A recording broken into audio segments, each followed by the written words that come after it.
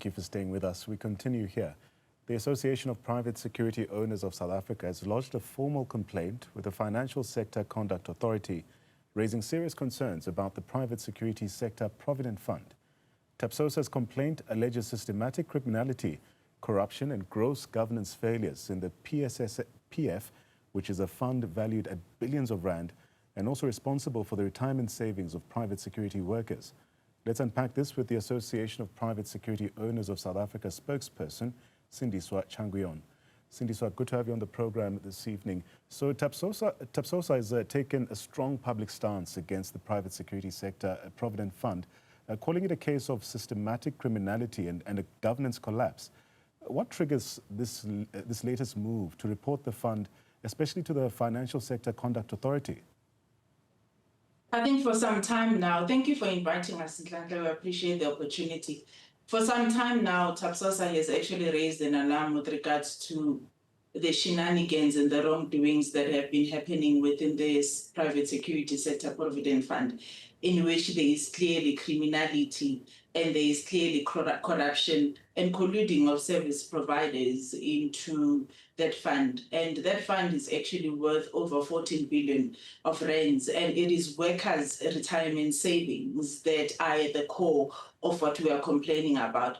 But I think before we even get to that, Nhlanhla, yesterday, there's actually a clear connection between yesterday's march that actually took place by a handful of unions in the private security sector representing less than 20% of the workforce in the private security industry, and the disturbing revelations that we're actually talking about now. Now, in these revelations, in which there's a dossier that is making rounds in the private security industry, it actually links these several union leaders and some employers in serious allegations of corruption, of criminality and governance failures, and that have crippled the private security sector Provident Fund, and including the unclaimed benefit fund. And it's the same rot is finding its way and is spreading into the sector's National Bargaining Council, and which is an institution which these unions are now aggressively pushing all employers to actually contribute to. So as Tapsosa, we decided to actually call upon 11 other unions that are outside the formation of the Bargaining Council, so that we could be able to come together and be able to actually deal with this particular issue. And within that, we also looked at how we can be able to come together to resolve the issue of non-compliance and also the extortion and also the corruption activities that are actually happening within the private security industry. And it is through that we had found out now there's a march that was actually taking place yesterday that was actually exposing employers, black employers in particular, that are doing business with government, and label them as if they're not, and labeling them to be non-compliant.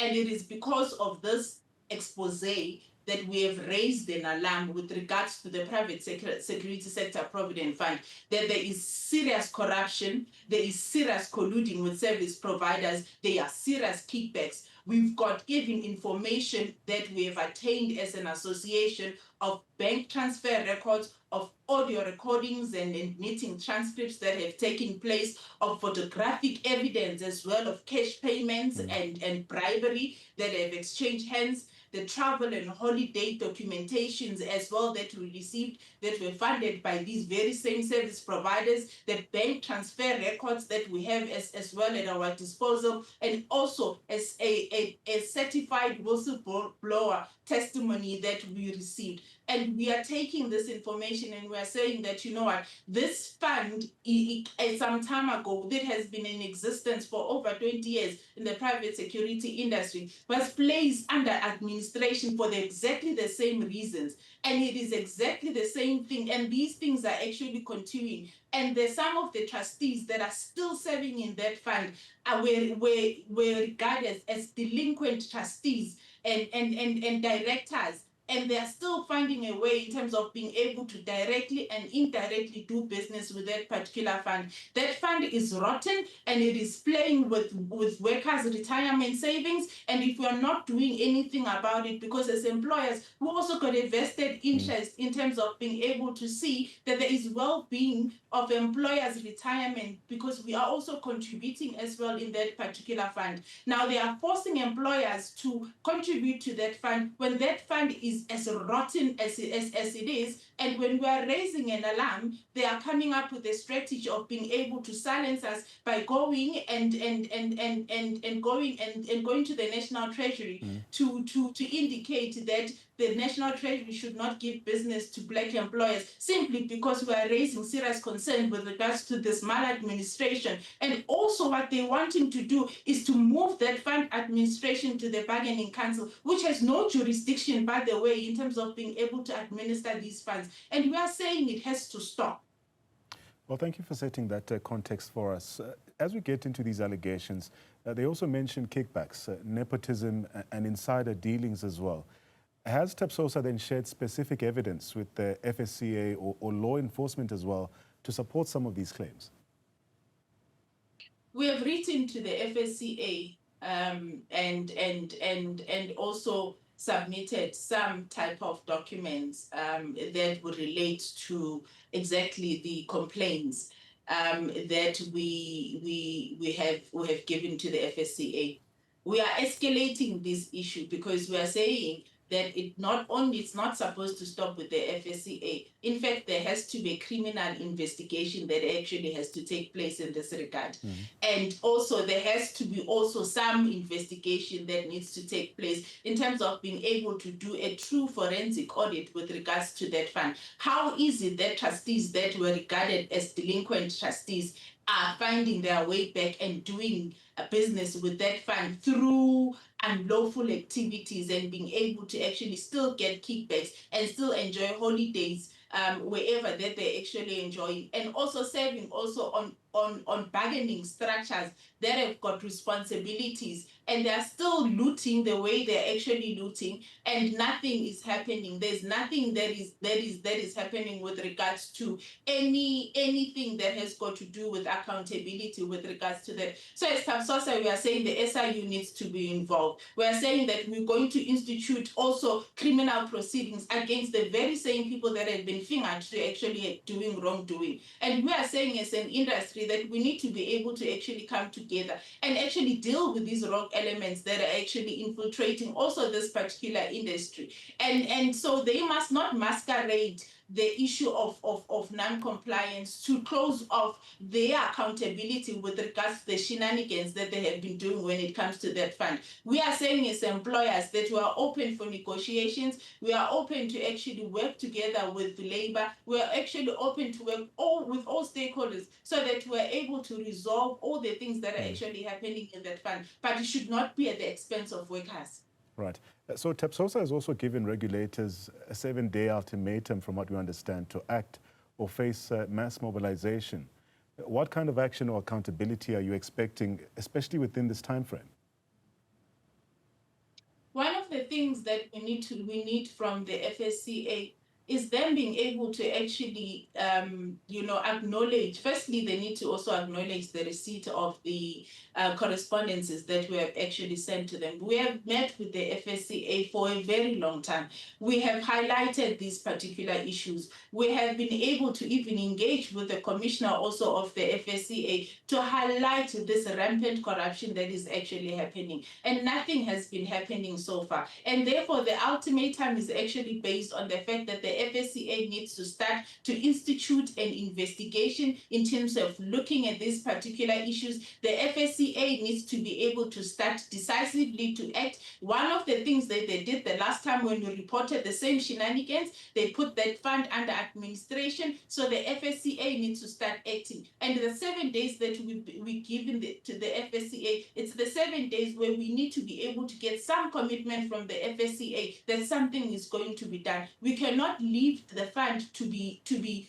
to be looted the way it has been looted. And now, as I had indicated, now it's moving from that fund, it's going to the bargaining council. And we are actually forced as employers to actually support all these shenanigans that are actually happening in the name of enforcing compliance. And when we decide that we are going to be contributing in other funds, and when we have decided that we are going to be able to contribute in other medical benefits as well, that are far more better than the ones that are actually there is resistance. We have applied also for us to be exempted from paying from those particular funds and stuff. You know, the whole thing is so bad that it also even borders to issue of tender manipulation, where there's very same people that are sitting within these particular structures are blocking other employers for them to be able to actually have opportunities to be able to actually tender by simply putting other compliance requirements that are unfair. And they are not leveling the playing field. And we are saying that this industry is rotten to the core. And we need to be able to come together as an industry. And there's a reason why we've also escalated this issue to the Private Security Industry Regulatory Authority. We also met with the National Treasury that we need to be able to come together with an industry and define what is compliance and be able to look at the issue of pricing, because we are saying that as an industry, pricing is supposed to be made a regulation and it should not be a guideline, because it's the main contributor to non-compliance. We have said that we need to take up also with the unions an issue of these the employers that are not being paid. They have not been paid for it. They are owed millions and millions of rands by consumers, in particularly the government departments. And when we go to these unions and request that they need to be able to come with us so that we can resolve these particular issues, some of these leaders, they tell us that that responsibility is beyond their pay grade. So how are we going to be able to deal with issues and unite when we are so fragmented and divided as we are in this particular industry? All that they know how to do is to promote that monopolistic tendencies that are happening in the industry. Why is it that they're only focusing on the public sector, they're not focusing on the private sector as well? Because there's rampant corruption, there's also exploitation that is happening in the private security, in the private sector, and they're not taking up that they're not going to the JSE and taking up all these companies that are busy procuring private security services where employers are cutting corners. So we are saying there should not be a selective and narrow view in terms of how compliance is being dealt with in this industry. Compliance does not have color. Compliance cuts across even the very same employers that are sitting in that bargaining council. Some of them, not everybody in there is compliant because of the number of employees that they are claiming to be paying for. They are not even claiming the right numbers in that bargaining council. So what we are saying in this industry, there needs to be a complete overhaul with regards to how this industry is governed, with how this industry is run, but also a systematic reform with regards to all these institutions that are meant to safeguard the interests of workers. Right, that was Sindiswa Changuion, spokesperson for the Association of Private Security Owners of South Africa, unpacking serious allegations of corruption and mismanagement within the private security sector Provident Fund. It's a story that affects hundreds of thousands of South Africans, the guards who protect our homes and our businesses as well, but also our communities, yet often remain amongst the most vulnerable workers in the country.